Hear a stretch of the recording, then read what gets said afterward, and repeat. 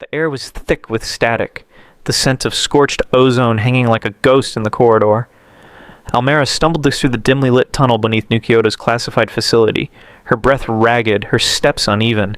Each footfall left behind a faint shimmer on the metal floor.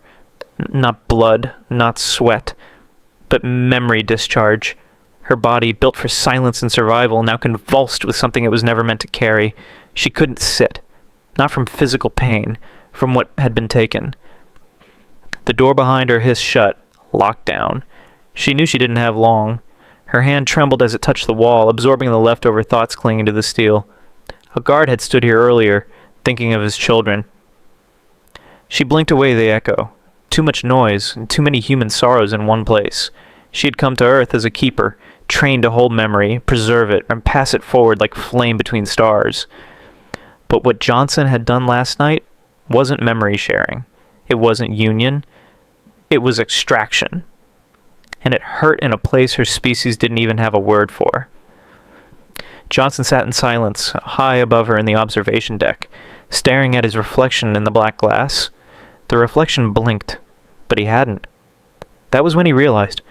Her imprint was still inside him, not just thoughts, but fragments, feelings that didn't belong to him. He whispered into his calm, "Control." I touched her mind, and something touched me back. Static answered him. They told him she was safe to connect with, that her rituals were ancient bonding practices, like deep meditation, a gateway to cultural understanding. What they didn't mention was what happened when a human tried to fake the connection, to mimic emotion, to pretend to care. Now he couldn't tell where her grief ended and his fear began. Back in the tunnels, Almera dropped to one knee. Her back spasmed. She reached behind, pressing gently. No wound, no bruise, just a vibration. Like her bones were humming, trying to tell a story her body had no time to listen to. She looked up. Security drones were scanning the corridor ahead. Voices crackled from hidden speakers. Earth Authority demanding her surrender.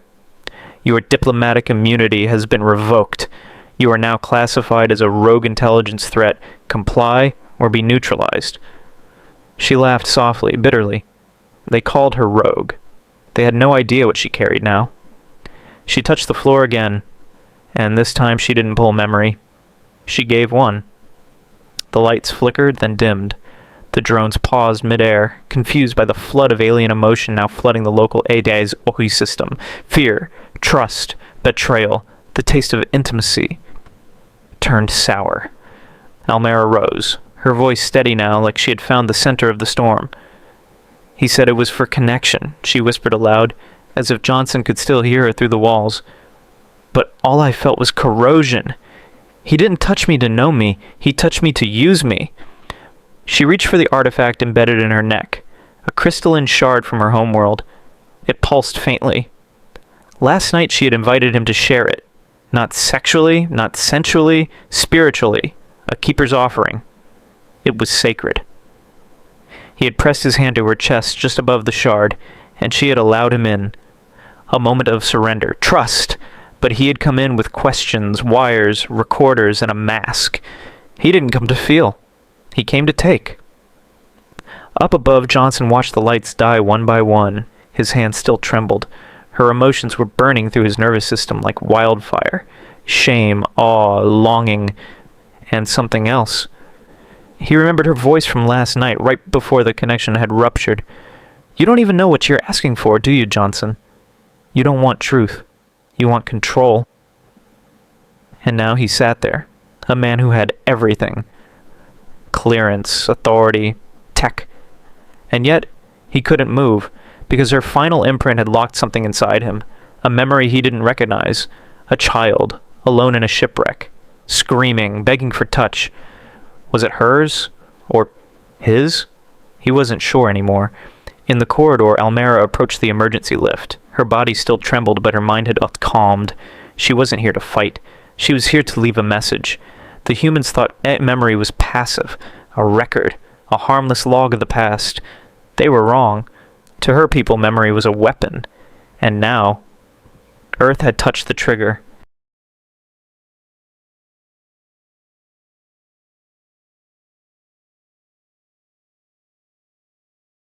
Jonson stepped into the chamber marked Biocognitive Containment, Level 6, wearing the calm face of a man who had studied aliens like chess pieces.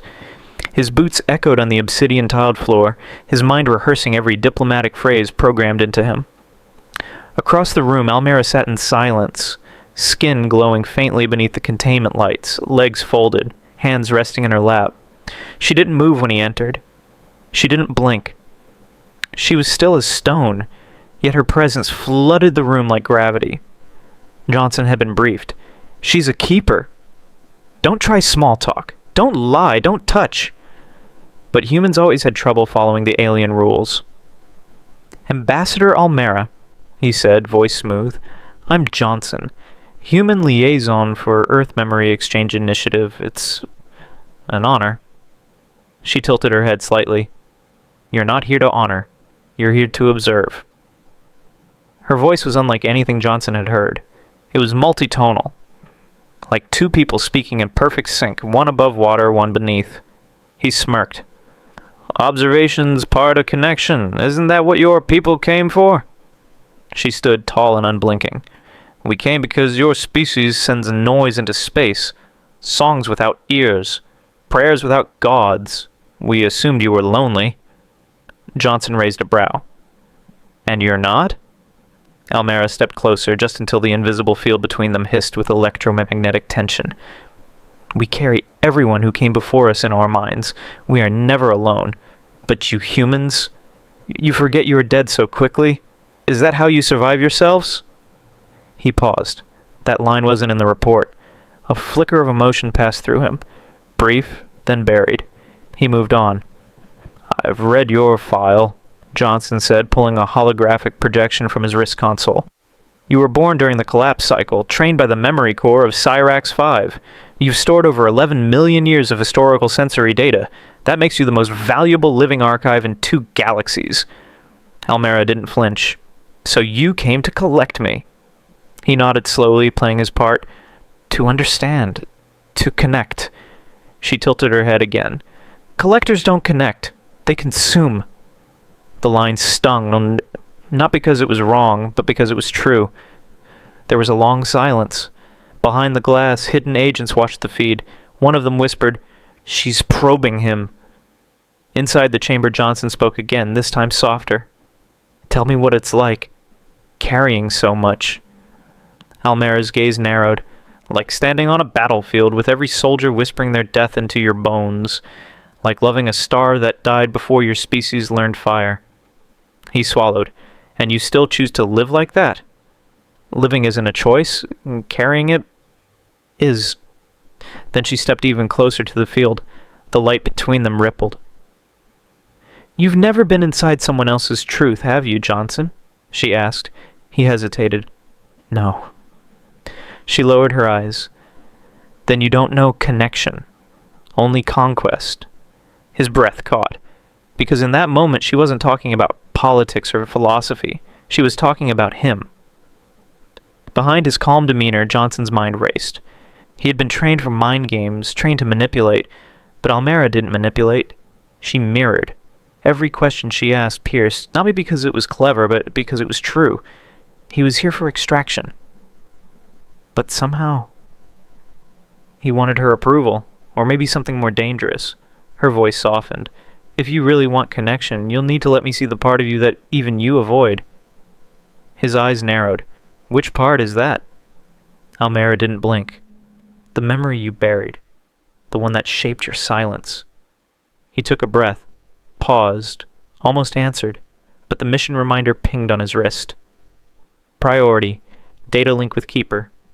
Phase 1, emotional trust. Phase 2, sensory access.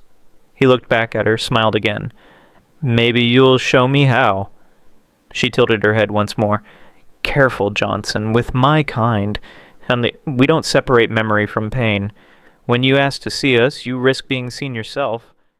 The chamber was silent, dimmed to the amber glow that Almera's kind preferred for ritual bonding. Jonson stood barefoot now. No weapons, no tech, no lies. Just a black linen robe offered by the Athari. A sign of submission, of readiness. But even now, he wasn't sure what he was ready for. Almera stood at the center of the circle, her feet resting on a platform of stone that pulsed with veins of living light. She looked taller somehow. Not just physically, but in presence. Regal, elemental. Between them hovered a single crystal shard, the Syrexium core, grown from her own nervous tissue. A living piece of memory. "You don't have to speak," she said calmly. "Your mind already agreed." Jonson gave a slow nod. "What happens if I can't handle it?" Her voice was steady. "Then your memories will collapse inward. You will forget who you were, but will be painless." He forced a half-smile. Comforting. She extended her hand palm up. The ritual began not with words, but with stillness. He reached out slowly, letting his fingers hover over hers. As soon as skin met skin, he felt it. Not heat, not cold. Weight. A sudden gravity pulled at his chest. He gasped and the world around him blurred. They weren't in the chamber anymore. Now Jonson stood barefoot on a glass-like plane that stretched infinitely in all directions. Above him, stars, hundreds of them drifting like memories unanchored. Beside him, Almera, unchanged, except her eyes now reflected constellations he had never seen before. "This is the bridge," she said softly, "where your truth meets mine." He looked around, overwhelmed. This is inside you?" "No," she whispered. "This is inside us." Then the first memory hit him. He staggered back as light cracked open in the distance, and a vision surged into his mind. He was a child. No, not him, her. He was seeing her memory, a stone temple. Screams in a frequency his human ears couldn't parse. Almera as a youngling kneeling beside her mother, a pale to the luminous being, her chest open, memory leaking out like smoke. "She gave her final memory to me," Almera said beside him, "so I would never forget the day our people began dying." Jonson's stomach twisted. The grief wasn't emotional. It was physical. His knees buckled under the weight of it. "That's enough!" he gasped. Almera didn't move. "Number, that's just the first strand." More followed. 1,000 deaths. The final song of a drowned moon. A love that lasted 3,000 years and ended with a whisper. Jonson clutched his head. These weren't images. They were sensory floods. He could feel her heart break like it had happened to his own body. And then, something snapped. A foreign sensation stirred inside his chest. Something personal. Not hers, his own. He saw a boy in a cold training center, small, isolated, punished for crying over a pet he wasn't supposed to form attachment to. Almera turned to him, her face unreadable. "Ah," she whispered. "You buried it deep, but it's leaking." Jonson backed away. "Number, that's not part of this." She took a step forward. "Everything is." The bonds spiraled. The stars began to flicker. They had gone too deep, too fast. Jonson screamed as a rupture tore through the shared plane, like someone ripping apart a photograph mid-print. Back in the physical chamber, his body convulsed. Blood dripped from his nose. Almera's hands trembled, her bioluminescence dimming violently. Jonson's heart rate plummeted. A red light exploded in the room. Emergency protocols. But she didn't break the link. He opened his eyes again, inside the plane, crawling. "I came to connect," he choked. "No," Almera said, sorrowful now. "You came to extract." Her voice cracked for the first time. "You didn't want to share my truth. You wanted to steal it. And now, you've broken something." Jonson looked up, weak, desperate. "I didn't know it would be like this." Almera knelt beside him. Her face was calm, but her eyes, those 4 glowing orbs, burned with betrayal. "We warned you," she said. "Our memories are not for your museums. They live, they bite. And now, you've fed them." With a final burst of light, the plane collapsed. Jonson's body jolted back into this physical world, coughing violently. Almera stood over him, steady again, but changed. Her voice was ice. "You felt our pain. You touched what was sacred. And now, Jonson, the first link is complete. You're part of us, whether you survive it or not." She turned and walked away. Jonson was left gasping, half-conscious, flooded with centuries of sorrow, and not nearly enough understanding.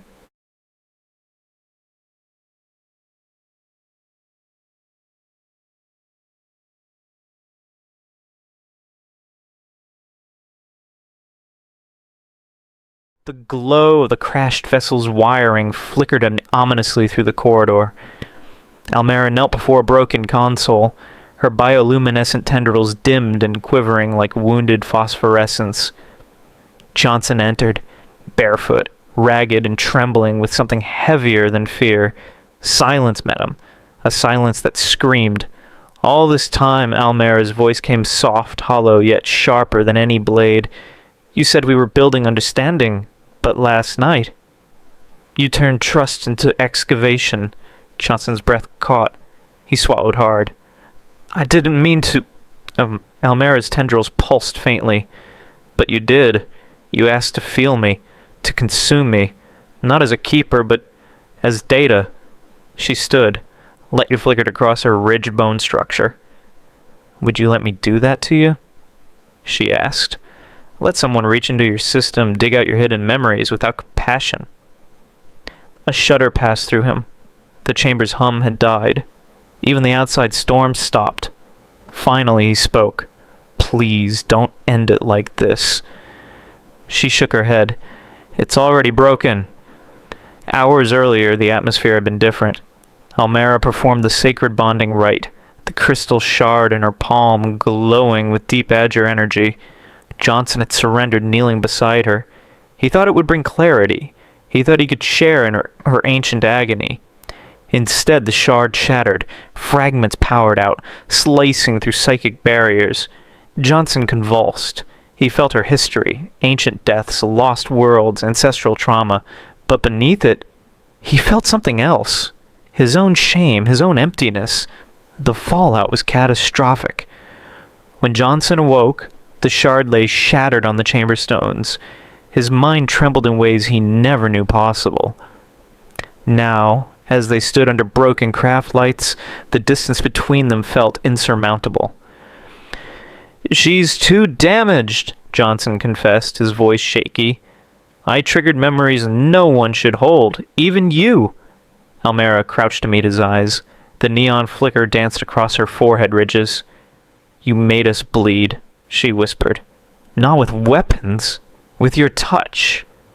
From Jonson's chest came ragged gasps. How can we fix this? She turned away. The weight of the shard's destruction seemed to mirror in her deflated posture.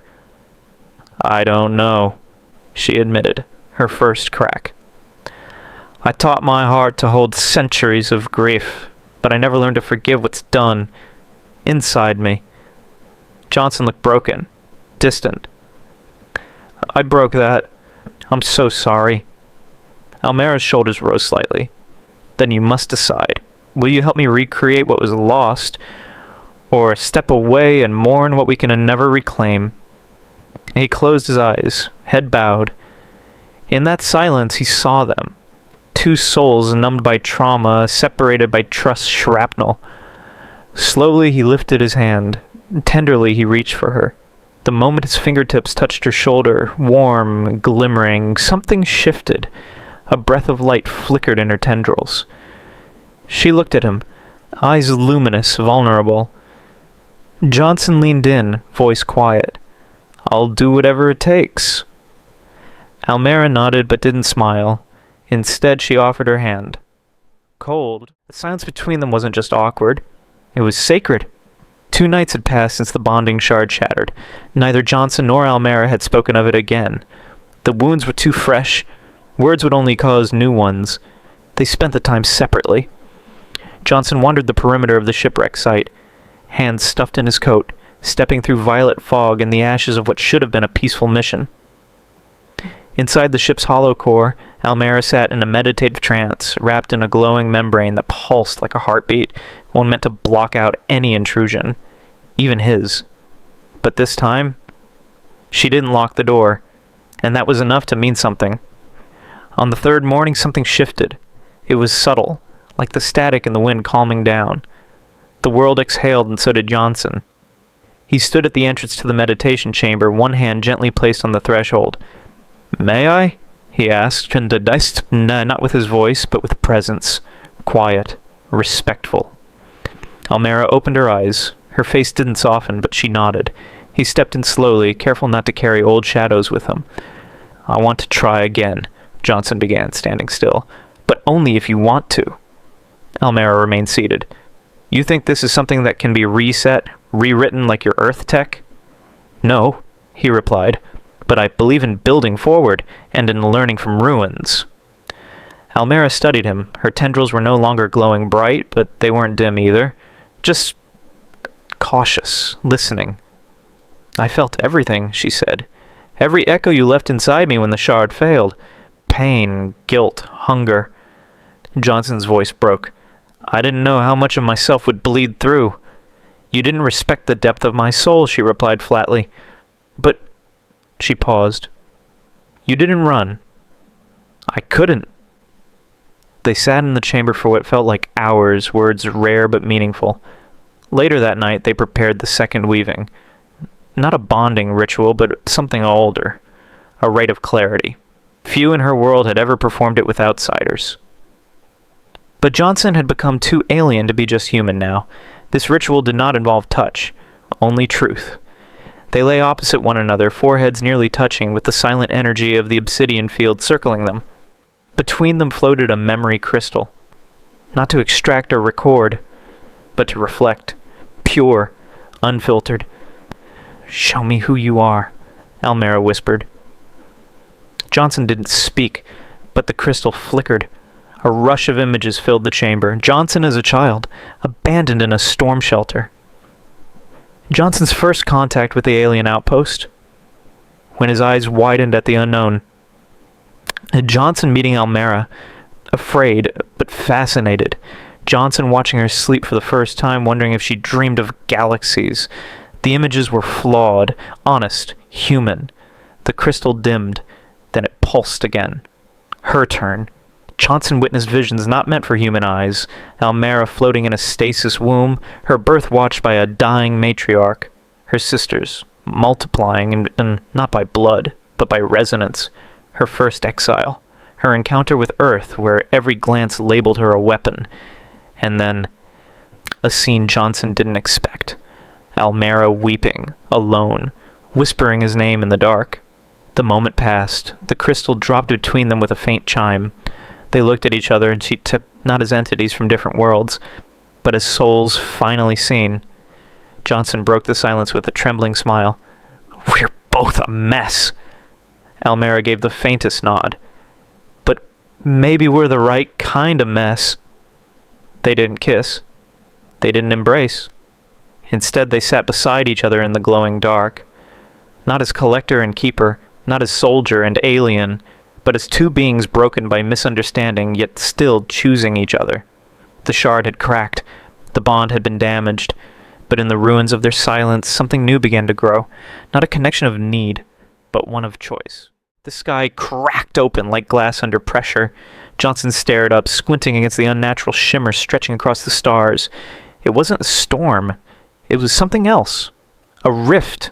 And from it descended three figures, cloaked in light that pulsed with alien frequency. They didn't need ships. They didn't need words. They were Almera's sisters, and they had come for her. Almera stood at the edge of the forest clearing, her expression unreadable. Her tendrils remained still, and not out of calm, but in the way a predator stills before pouncing. Jonson felt the shift in her posture and stepped closer. Friends? She didn't answer. Not at first. They are my blood by design, she finally said, but not by choice. That was enough. The tallest of the three landed first. Regal black eyes set in a silver face. Her voice echoed in the air like a melody refracted through crystal. Sister, you were meant to bond in return. Instead, you bled yourself into a broken human. Almera didn't flinch. I stayed because I chose to understand, not conquer. The second sister, smaller, with electric blue skin and scars that shimmered like data streams, floated in a slow circle around Jonson. You've imprinted on him. That much is clear. But what do you see in this fragment of flesh? Jonson stepped forward. She sees someone who didn't run, who listened, who bled for her. The third sister, silent until now, raised a hand. Then let the blood prove its worth. In an instant, the forest shimmered and changed. Reality bent. The trees pulled away, the ground melted into translucent stone, and Jonson found himself standing inside of what felt like a memory echo. Not his Harren. He was inside Almera's trial chamber, the place she had once stood alone before her people, accused of feeling too much for the earth she'd been sent to observe. The council surrounded him, not physical beings, but psychic projections wearing the faces of judges long gone, and in the center, Almera again, as she once was. Jonson realized this wasn't just a vision, this was a test. If he survived it, he'd not only understand her past, he'd be part of her future. A figure materialized before him, Almera's father, not by birth but by creation, a being known as the Keeper Prime, towering, glowing, devoid of warmth. Do you accept responsibility for awakening what she was never meant to feel? Jonson took a breath. I do. And do you carry the consequences of her exile in your own soul? Jonson nodded. I carry her pain, willingly. The figure raised a hand. And suddenly Jonson was submerged in blinding memory. The moment Almera was cast out, her screams as the shard was implanted, her first steps alone on earth, the loneliness, the endless ache of being unchosen. Tears streamed down his face, but he didn't fall. He stood his ground. Outside the memory trial, the sisters observed with unreadable faces. The silent one finally spoke. He is not just human anymore. The tallest one replied, No. He's become something else. Almera stepped forward.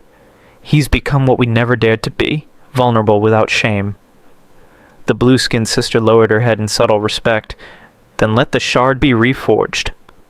From the air between them, the broken crystal appeared again, the one that failed during the original bonding. But now it pulsed differently, slower, deeper. Almera reached out and Jonson joined her. They placed their hands over the shard. No ritual words, no glowing runes. Just breathe, just trust. And the shard pulsed once, then began to fuse. Jonson was no longer just the outsider. He was the bridge between human and alien, between fear and faith. And in that moment he realized he didn't just love Almera, he belonged to her world now.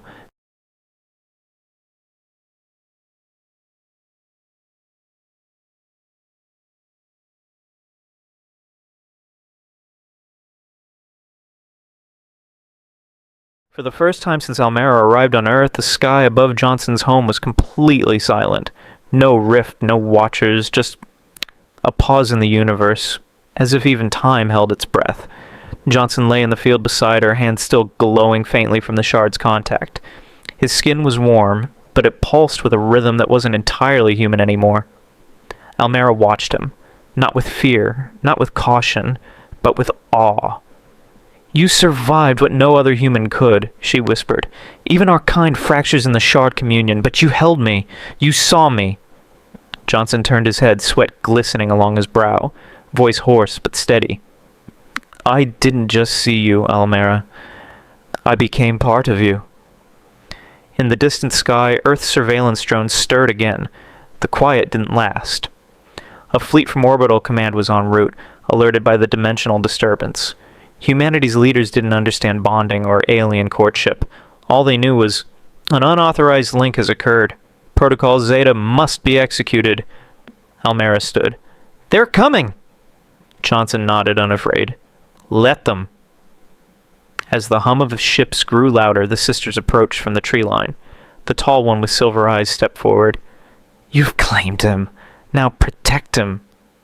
Almera raised her hand, her body glowing with the full force of her birthright. Her exile had ended the moment the shard fused. She wasn't just Almera anymore, she was Almraya, first heir to the Obscuran crown. No more hiding, she whispered to herself. The youngest sister placed a gentle claw on Jonson's shoulder. You have two hearts now, one human, one woven with starlight. Use them both, wisely. The Earth fleet hovered like thunderclouds, metallic hulls, unblinking lights, weapons trained on the ground. Jonson stood beside Almera there, their fingers barely touching. He could hear the psychic hum of her thoughts now, and she could feel the fragile ache of his childhood memories, all without a single word spoken. Then a broadcast. This is Commander Voss of Orbital Defense. Step away from the alien. You're under interspecies contamination law. Jonson laughed. Contamination? She made me more human than your laws ever did. Almera stepped forward, eyes burning like twin moons. You think you can cage a Bond born beyond time? Suddenly the shard pulsed again. Not in warning, but in invitation. It projected a light tower into the sky. A spiral of their memories, shared truths, losses, and desires, made visible to all sensors. Every soldier on the fleet saw it. Every general, every command AI. They didn't just see images. They felt them. Almera's exile, Jonson's loneliness. Their first touch in the rain. Their fight, their heartbreak, their forgiveness. Their union. Not of species, but of soul. The fleet did not fire because they couldn't. A voice crackled through Jonson's comm-band. General Kress, an old warhawk. Jonson, are you still you? He looked at Almera. She nodded. He replied, I'm more me than I ever was. Silence. Then retreat. One by one the ships backed off, engines dimming, signals fading. Earth wasn't ready to fight love. It didn't understand. Later that night, under the stars, Jonson sat with Almera in the same field where they first kissed. Before the war, before the trial, before the sisters. The shard floated gently between them, now fully merged. No longer alien tech, but a living bond. Almera rested her head against his chest.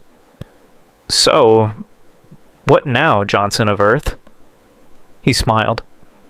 Now we build a place where housing different isn't a crime, where love isn't an invasion. She chuckled softly. And where I won't have to share a bed with my sisters ever again. He laughed too. No promises. And so it ended not with a war, but with a bond no protocol could undo. He was no longer just Jonson of Earth. He was the first bridge. A promise between stars. A whisper that one day love would no longer need permission to exist. This was never just a romance. This was how two worlds began to heal. Through one impossible union.